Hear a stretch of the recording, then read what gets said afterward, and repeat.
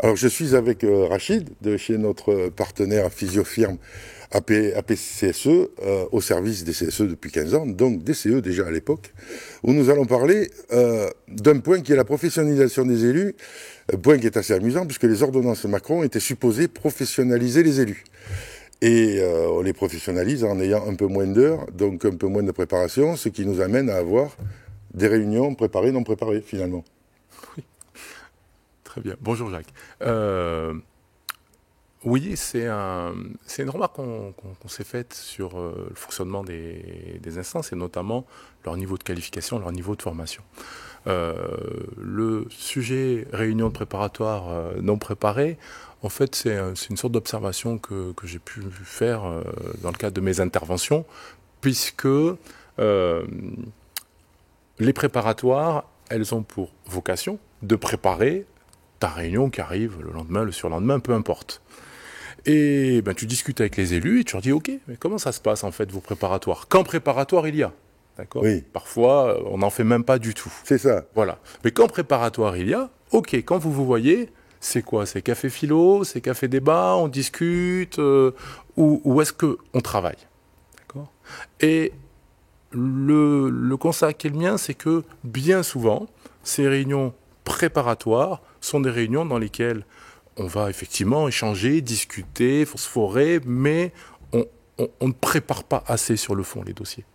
C'est-à-dire qu'on n'arrive pas avec un compte-rendu d'enquête, tu as un avis à donner sur un projet, il est censé être motivé, éclairé, il est ni motivé ni éclairé, tu dois faire des inspections santé-sécurité au moins 4 par an, accroche-toi Jeannot, il n'y en a même pas une qui est faite, et quand elles sont faites, il n'y a pas d'écrit, il n'y a pas de formalisation, c'est pas assez structuré. De fait, on se retrouve dans des réunions préparatoires où on discute et où on ne travaille pas.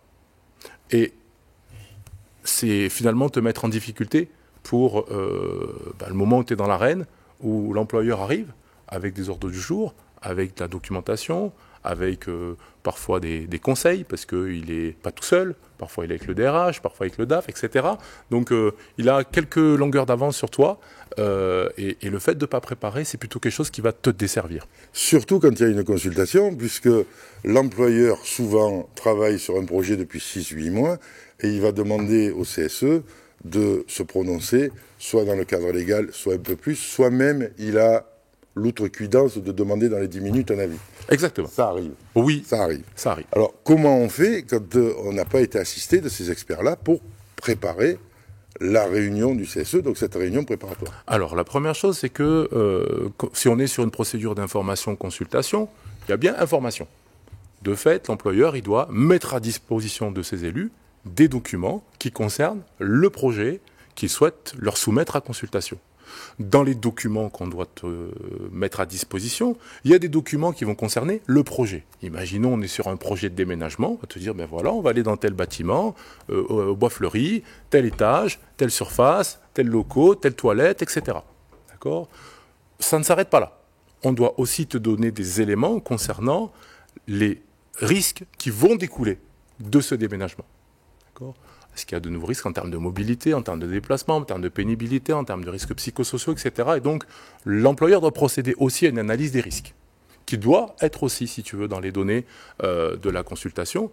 Et enfin, on doit aussi procéder à quelle modalité d'accompagnement prévue. Voilà. Quel est le plan d'action pour rectifier, pour corriger, pour accompagner les salariés? Donc ça, si tu veux, c'est le minimum. Arriver à faire tout ça, ça veut dire que tous les élus sont mobilisés.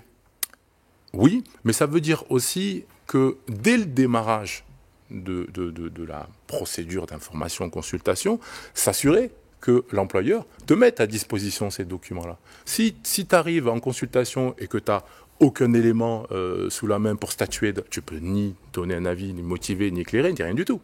D'accord ? Donc ça, c'est le préalable. C'est déjà s'assurer qu'en amont, on a bien reçu en temps et en heure les documents nécessaires à la consultation sur lesquels tu te prononces. Moi, si tu veux, j'ai observé parfois des consultations où l'employeur, il arrive avec une coquille vide. C'est-à-dire qu'on rigole quand on voit le truc. Il y a 3 lignes. Voilà, vous déménagez. Inch'Allah que ça passe. T'es bien gentil, mais qu'est-ce que tu veux qu'on en fasse de ça? Là, ce que tu es en train de pointer, c'est le manque flagrant de formation des élus. Oui. On pourrait même aller plus loin. Je pense qu'il y a aussi un manque de formation des employeurs. Non, les employeurs, ils jouent leur partition, parce que les employeurs, eux, ils ont le DRH, ils ont le DAF, ils ont tous les gens qui les conseillent. Ça va dépendre aussi de la taille de la structure, je pense. Mais quoi qu'il en soit, la formation, parce que la formation, on pourrait l'envisager aussi dans ce qu'on propose aujourd'hui, en tout cas, ce sur quoi on peut travailler, c'est les formations communes. On trouve que c'est pertinent, parfois, de former les représentants du personnel et l'employeur. Mais bon, mettons cela de côté. Sur la formation des élus, il y a des formations qui sont obligatoires. Formation de la commission santé, sécurité, conditions de travail, elle est obligatoire, elle est financée par l'employeur. D'accord ? Alors, à ce sujet, si vous recevez un email, j'en ai vu, qui vous dit la formation CSSCT en 5 jours, vous trouvez ça trop long, nous, oui, on vous la fait en 3 demi-journées, n'achetez pas. Parce que ça fait partie des emails qui circulent en ce moment. Parce que certains trouvent que 5 jours pour une formation CSSCT, c'est trop long. Donc des prestataires peuvent vous la proposer en 3 demi-journées. Donc ça, on ne prend pas. Alors, sur la formation. Donc la formation concerne tous les élus. La formation, on a plusieurs thèmes. Donc tout ce qui relève des prérogatives santé, sécurité, conditions de travail. Format 3, 5 jours, peu importe, mais en tout cas, c'est un incontournable. D'accord ? C'est l'héritage du CHSCT anciennement. On a aussi des formations éco. D'accord ? Et je pense que pour bien tenir la comptabilité de ta boutique, mais pas que, voilà, s'assurer aussi que l'employeur, en termes de situation économique et financière, joue bien son rôle, joue la transparence aussi de communication des données, c'est important aussi d'avoir des éléments là-dessus. Tout comme il est utile d'être formé sur le rôle, l'émission du référentiellement sexuel agissement sexiste, par exemple. Tout comme il est utile d'être formé sur la négo, d'accord ? Notamment quand tu dois partir sur la négociation d'accords d'entreprise. Et en fait, on pourrait en énumérer d'autres encore. Pourquoi c'est important d'être formé aujourd'hui ? Parce que avoir fait fusionner les instances, c'est-à-dire avoir aujourd'hui une instance qui s'appelle CSE, d'accord ? Et qui regroupe CHSCT, DP et CE, ça veut dire aussi que mécaniquement, tu portes l'ensemble des prérogatives qui étaient celles des 3 instances qui existaient précédemment. De fait, tu te dois d'avoir des compétences en matière de santé-sécurité, tu te dois d'avoir des compétences au niveau des attributions économiques, tu te dois d'avoir des compétences au niveau de tout ce qui relève des activités sociales. Aujourd'hui, on voit poindre aussi beaucoup d'enjeux autour de l'écologie, de l'environnement. D'ailleurs, la BDES s'appelle BDESE parce qu'on intègre aussi ces éléments-là. Ça veut dire qu'il faut aussi avoir un vernis sur ce type de sujet-là, sur ce type de problématique-là.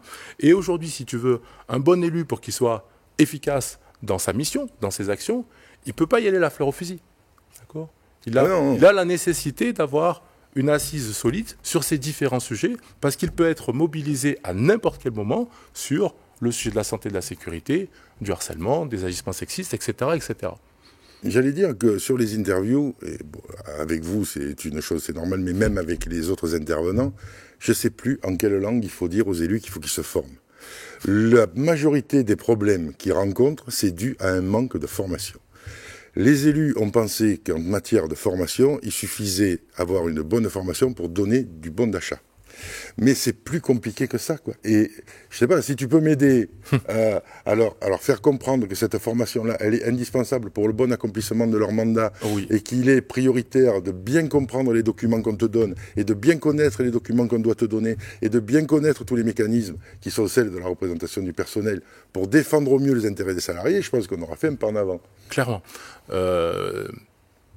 La première chose, c'est un retour qu'on a assez souvent, quand je fais des formations, j'en fais pas mal, où j'ai des élus qui me disent « Ah, c'est dommage, si on avait eu la formation plus tôt, on aurait abordé des sujets différemment, on aurait eu des billes pour agir, pour fonctionner, etc. » Et très souvent, quand on arrive tardivement dans leur mandat sur les formations qu'on peut leur apporter, il y a cette frustration de se dire « Si j'avais été formé, j'aurais pu mieux jouer mon rôle. » Et ça, c'est assez classique et on le retrouve assez souvent. Le deuxième sujet qui me vient à l'esprit par rapport à ta remarque, il est sur le fait que il faut distinguer la simple information de la formation. C'est pas exactement la même chose, d'accord ? Une information, c'est une donnée, c'est un point d'actualité, par exemple. Voilà, ça, c'est une info. Ok. Une formation, c'est développer de la connaissance, et de la compétence. Exactement, pour, progressivement devenir un expert. Et pour bien comprendre l'information. Exactement, et pour mieux décrypter l'information que tu reçois. L'information, c'est le pouvoir aussi. Très bien. Là-dessus, ce qu'on peut voir, c'est qu'on a des élus qui, n'ont pas cette connaissance-là, ou pas assez, qui du coup se font plus facilement balader par la direction, qui elle maîtrise, qui malheureusement vont devoir s'appuyer sur des partenaires externes, par exemple des experts, qui vont produire la connaissance que eux ne sont pas en capacité d'avoir en interne parce qu'ils n'ont pas été formés ou pas suffisamment été formés. Et par ailleurs, ça leur ferme des perspectives parce que quand on va un peu plus loin, toute la connaissance, toute la compétence que tu engranges dans le cadre de ton mandat d'élu, c'est quelque chose qui peut être un atout aussi à titre personnel. C'est-à-dire que ça élargit aussi l'horizon, si tu veux, en termes de perspective et d'avenir par rapport aux élus. Il y a même des cursus dans certaines universités, je pense à Lille, à l'Institut régional d'éducation ouvrière, où une certaine expérience de mandat d'élu peut rentrer dans le cadre de la validation des acquis d'expérience. Exactement. Ça ne se fait pas sur l'Académie d'Aix, je crois, ou alors très peu, mais il y a Lille, c'est celle qui en fait le plus. Je crois que Paris et Strasbourg sont pas mal. Aix, c'est un peu le parent pauvre de la chose. Mais oui, c'est une corde de plus à son arc que d'être bien formé et d'avoir bien accompli son mandat. Voilà. Donc est-ce que ça va suffire pour qu'il se forme, pour qu'il soit professionnel comme les ordonnances Macron avaient supposé rendre les élus un peu plus professionnels avec les ordonnances? Je suis pas sûr. Je pense qu'il y a un véritable enjeu là-dessus, sur la formation et sur l'emploi. Ça dépasse même le sujet des élus. C'est-à-dire qu'aujourd'hui, pour être encore dans le coup, pour être moins vulnérable par rapport à la dureté qu'on peut rencontrer dans le monde professionnel, plus tu es compétent, mieux tu t'en sors. L'autre sujet, il est sur le fait qu'il y a aussi une question de qui fait quoi, de comment on s'organise. D'accord ? C'est bien d'avoir effectivement la formation, mais dans un deuxième temps, il faut se répartir les rôles. C'est-à-dire que le CSE ne peut pas être porté uniquement par le secrétaire et le trésorier, avec derrière des gens qui suivent la locomotive, si tu veux.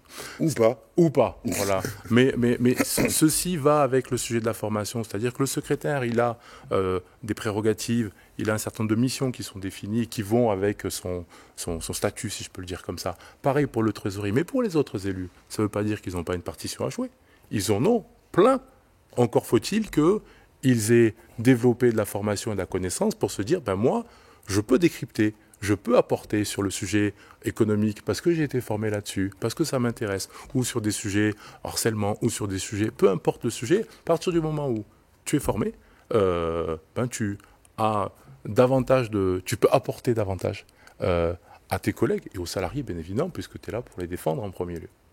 En termes footballistiques, c'est le 11 de départ. Chacun a son rôle, chacun a son poste. Merci Rachid. Merci Jacques. Parfait.